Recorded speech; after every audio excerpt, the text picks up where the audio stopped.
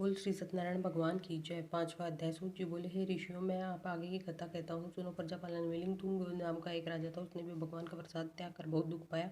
एक समय राजा वन में जाकर वन्य पशुओं को मार कर बड़ के पेड़ के नीचे आया। वहां उसने ग्वालों के साथ भक्ति भाव से बंधुओं सहित श्री सत्यनारायण देव का पूजन करते हुए देखा, परंतु राजा देख कर विमान वहां नहीं गया, न ही सत्यदेव को नमस्कार ही किया।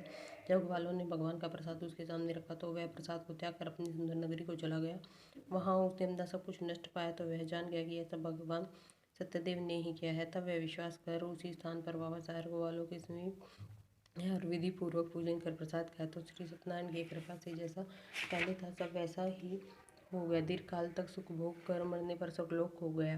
जो मनुष्य इस परम दुर्लभ व्रत को करेगा, भगवान की कृपा से उसे धन धान्य की प्राप्ति होगी। निर्धन धनी बंदी बंधन से मुक्त होकर निर्भय हो जाता है। संतानहीनों को संतान की प्राप्ति होती है तथा सब मनोरथ पूर्ण होकर अंत में वैकुंठ धाम को जाता है। जिन्होंने पहले समय में इस व्रत को किया है उनके दूसरे जन्म की कथा कहता हूँ। व्रत शंकानंद ब्राह्मण ने सुदामा के रूप में जन्म लेकर मोक्ष को पाया। उल्कामुख नाम का राजा दशरथ को वैकुंठ धाम को प्राप्त हुआ।